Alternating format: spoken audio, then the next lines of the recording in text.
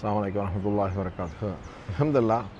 ஒரு விஷயம், நம்ம வெளிநாட்டில் உள்ளவங்களுக்கு வந்துட்டு ஒரு டே ஆஃப் அப்படின்னு சொன்னாலே அவங்களுடைய லைஃப் எப்படி இருக்குனாக்கா, சிலருக்கு வந்துக்கிட்டு படுத்து நல்லா தூங்கிட்டே இருக்கணும், மதியம் 12 மணிக்கு தான் எழுந்திரிக்கணும் அப்படின்னு நினைப்பாங்க.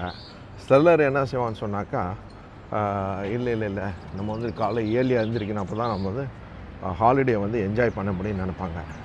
நீங்கள் சிலர் என்ன செய்வாங்க, அவுட்டிங் போனால் தான் அந்த ஒரு வீக்கெண்டே ஒரு நல்லா இருக்கிற மாதிரி ஒரு ஃபீலிங் பண்ணுவாங்க. சிலர் வந்து மூவிக்கு போவாங்க, சிலர் வந்து சும்மா பார்க்கில் போய் உட்காந்துட்டு அப்படியே உட்காந்து ஏதாச்சும் கவாப்புக்கு சுட்டுட்டு வருவாங்க.